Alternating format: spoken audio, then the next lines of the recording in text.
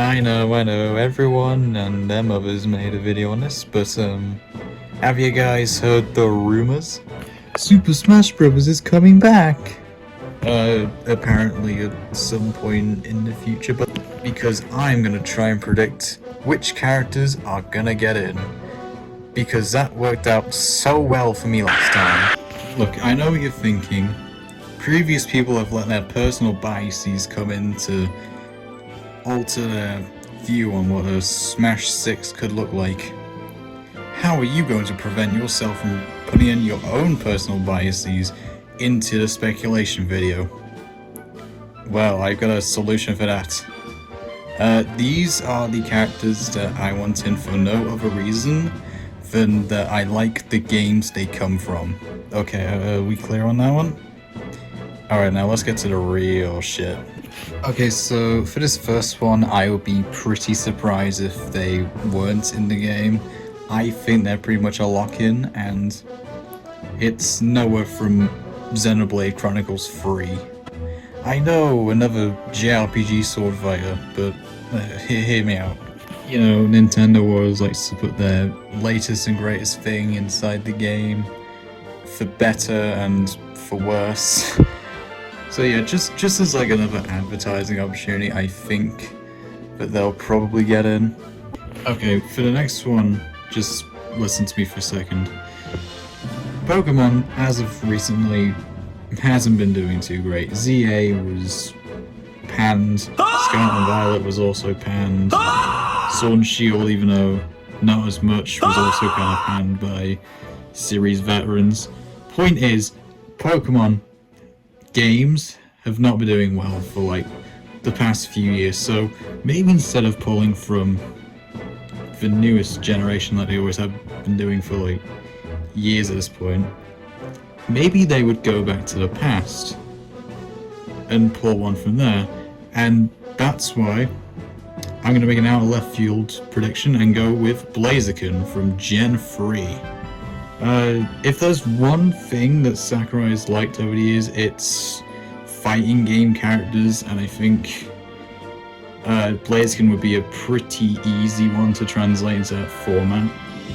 Furthermore, this would also give the Pokemon a greater variety of gameplay styles, which can only be a good thing. And he would even be separated from all the fighting game characters as well, because I think he would be a really good like Taekwondo fighter, kind of like Hwoarang from Tekken. So yeah, that's why I think Blaziken should be put in the game. Okay, next one. I'm kind of cheating on this one. Technically, this came from Platinum, but it was published by Nintendo, so I'm counting it as a first party. And that is Kira Howard from Astral Chain. Listen man, I just think that they would have such a unique gameplay style, man. It would be such a waste for them not to use them. Now, how likely is he to actually get in? Judging by the sales numbers of Astral Chain, probably not a whole lot, but that did not stop Min, so... I mean, the card's still on the table, I guess. Okay, next one. I gotta admit, I don't really want this to happen, but the possibility is there, and for that, it scares me. So you know Super Mario RPG Legend of 7 Stars, right? That really niche 90s game that like 2 people played. There was this one character in the game called Gino, and to say that he gathered quite a cult following within the community, I don't know how this happened, but for some reason people really wanted him in the game, and for years that didn't happen because who the fuck knows Gino? There's like 2 people on this planet who know who fucking Gino is. I mean, people wanted this guy's DLC. Bitch, who was buying the fucking Gino pack? But then, something happened. That game got a remake on the Nintendo Switch. And it terrifies me, because this puts Gino back in the running. And for that reason, I am very scared of the next Smash game, because now this niche ass fucking 90s character actually has a chance to get in. Do I want this to happen? No, not really, but Nintendo sure has shown an interest in him recently, so I'm not gonna count it out anymore like I did before.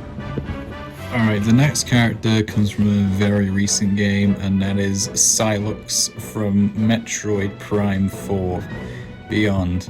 Look, I know the game didn't get a great reception, but I feel like Nintendo won't care, and they'll push Sylux anyway, because, I mean, they've got more Metroid games apparently on the way in the future somewhere. That'll probably be 10 years, because Prime 4 took like fucking forever to come out. And, you know, like I alluded to before, they put Byleth in the game. I don't think they care, like, who's popular at the moment. I think they just care about what's the latest thing that they can advertise right now. At least for their first party selection. I think their third parties is a lot different, and finally for the first parties, I'm cheating again. I'm going for Nahabino from Shin Megami Tensei 5 from Atlas. Okay, but there's a reason I'm including him in this section. A lot of you might have played the Vengeance port that came out in 2024, which was 2 years ago. Oh, fuck me. Shin Megami Tensei 5 is actually a 2021 game, exclusively published on the Nintendo Switch, and this has been happening for quite a while with the SMT series. 5, 4, 4 Apocalypse, Strange Journey, Redux. They've all been put on Nintendo consoles, and Nintendo consoles only. But they never really pushed the series forward until about 2020, 2021, when 5 was coming out. I mean, it was probably too late by then to get them in Smash, but who knows? Maybe as part of this marketing push, they'll get them in next time. Yeah. Alright, switching over now to third parties. A pretty obvious one that I think I should get out of the way, like, now is 2B from Nier Automata. All I'm gonna say is that she's been in so many other games that in the video showing how many collaborations she's been in, they had to put a fucking scroll bar there. This bitch gets passed around more than the fucking flu. At this point, I don't see it as if she'll get in, I see it as when will she get in. Okay, next character. So recently there's been a little relationship forming between Nintendo and Capcom. But we've already had Mega Man and Street Fighter, so who could be next? Well, why not include one of Capcom's more recent favorites, being Resident Evil? And with such a long history of games, who would be the right person to represent such a series? My pick would be Leon S. Kennedy. I've picked Leon for 2 reasons. One being that he's probably the most iconic Resident Evil protagonist, starring in its probably most popular game, being Resident Evil 4.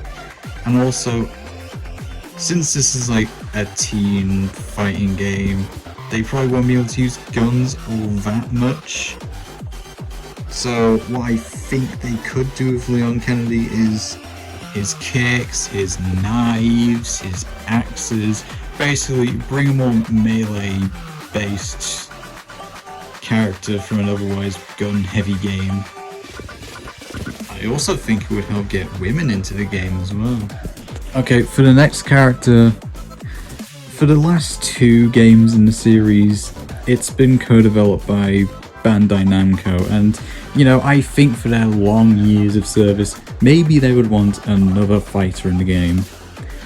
They've already used up Pac-Man and Tekken though, so where can I go from here? I mean, they could add another Tekken character, but like Jin, but honestly I kind of doubt that, to be honest. I mean, Tekken really isn't a household name like Final Fantasy VII enough to get 2 fighters.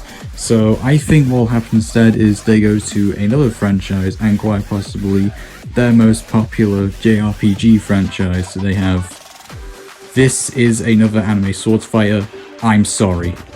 Which would be Lloyd Irving from Tales of Symphonia.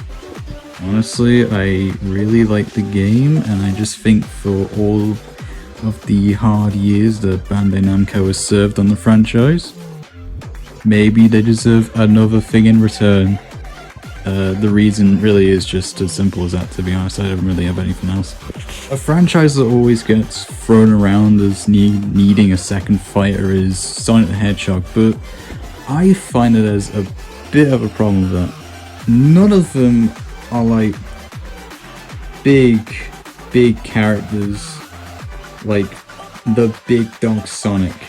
Most of them kind of fall below him in terms of importance in the series, if you get what I mean. But recently, there's been a resurgence in one character who might rival Sonic in terms of being a big dog, and that is Shadow the Hedgehog. He got a game and a movie pretty recently, so I think his importance is slowly climbing up to be able to make him stand on his own, and therefore maybe Shadow would be a good contender for a second Smash fighter within the Sonic the Hedgehog pantheon. Okay, so for my next fighter, there's been a genre that's taken off in the past 10 years or so, known as the Soulsborne genre, mainly popularized by From Software and their many Souls games at this point. There's just a problem though, there's not really one character that would represent the essence of what a Soulsborne game is all that well, because you could add one of the nameless, faceless protagonists from the Souls games, but they don't really have much character, they don't have much spice to them, so I mean, they'd represent the gameplay of the Souls series really well, but yeah, there's really not a lot to them personality-wise. Or you could go for one of the many bosses from the Souls series, but some of them are either too monstery or too big, and even then there's not really one that's a household name. I think the closest one has gotten recent ever was Artorias from Dark Souls 1, but even then I don't think your mother would know who Artorias is. So yeah, that's a bit unfortunate that Souls, you should make more iconic characters, please. But you remember that Dustblood game that was announced during that Switch 2 Direct, right? I think if any Souls character was going to get in, it's going to be a tie to that game. Because I have a little theory about the Dustbloods, my little conspiracy theory, if you will. I think that all of these characters shown in the trailer are going to be like actual characters, and this will be From Software's take on a class-based arena fighter, which means that these characters now, one, will have presets of already pre-made weapons and spells to them, but also they will have a personality. And I think that one of these characters will be a Smash fighter.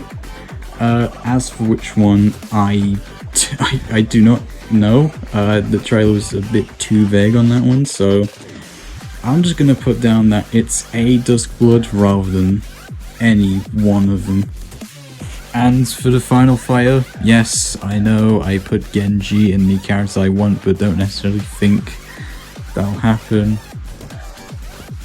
But we're gonna go back to Overwatch for a minute, because recently they've been doing a good job of winning over the general public back to their side. with the addition of Stadium and more story content, it seems that Overwatch is finally rising again. And with that, 10 years later, maybe Nintendo is finally ready to add an Overwatch character to Smash. As for who they would pick, that is a whole other video all to itself that I can make. But for now, I think I'm going to stick to its two biggest moneymakers, Kiriko and Juno. Which one of these two do I think can actually get in? My money is honestly on Juno for a couple reasons. One, I feel that Kiriko doesn't properly represent what the game is as a shooter, because she doesn't use a gun, she throws knives, which I know sounds a bit hypocritical to the Leon Kennedy point I made, but a little bit of gun is fine, I think, especially when it's so removed from realism like Juno's is. And secondly, they did actually officially release an Overwatch webtoon, and guess who is the protagonist? None other than Juno. Which could be suggesting that they're planning to move Juno to maybe the protagonist role of Overwatch. Maybe Juno will become the poster child like Tracer was back in 2016. And, you know, maybe that's who they choose to become the representative for Overwatch in Smash.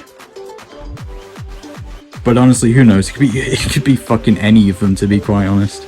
And that, my friends, means that we've come to the end of our little discussion about which scrimbly bimblies will make into the scrimbly bimbly video game. I hope some of these are correct. If not, but I do have a couple honorable mentions.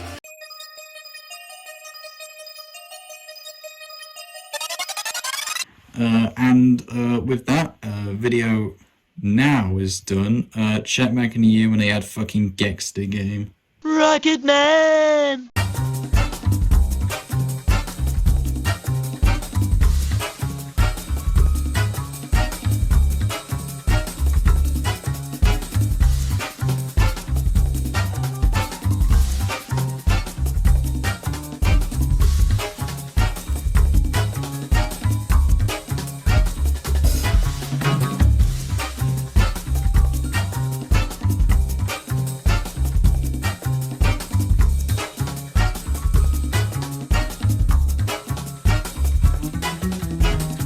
Ladies and gentlemen. Sack boy. There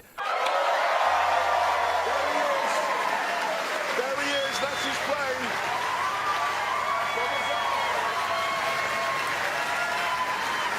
Hold on, everybody, here he comes. Whoa, whoa, whoa.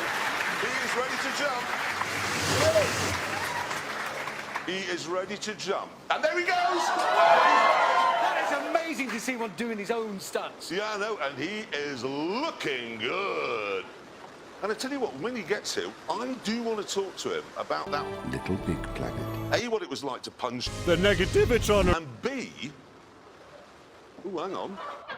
He's leaving this terribly late.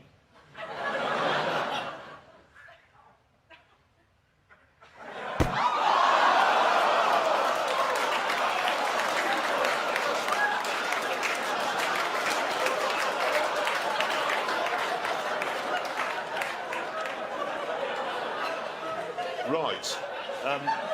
That's, Does that mean he's not coming on then? No, James, he's not.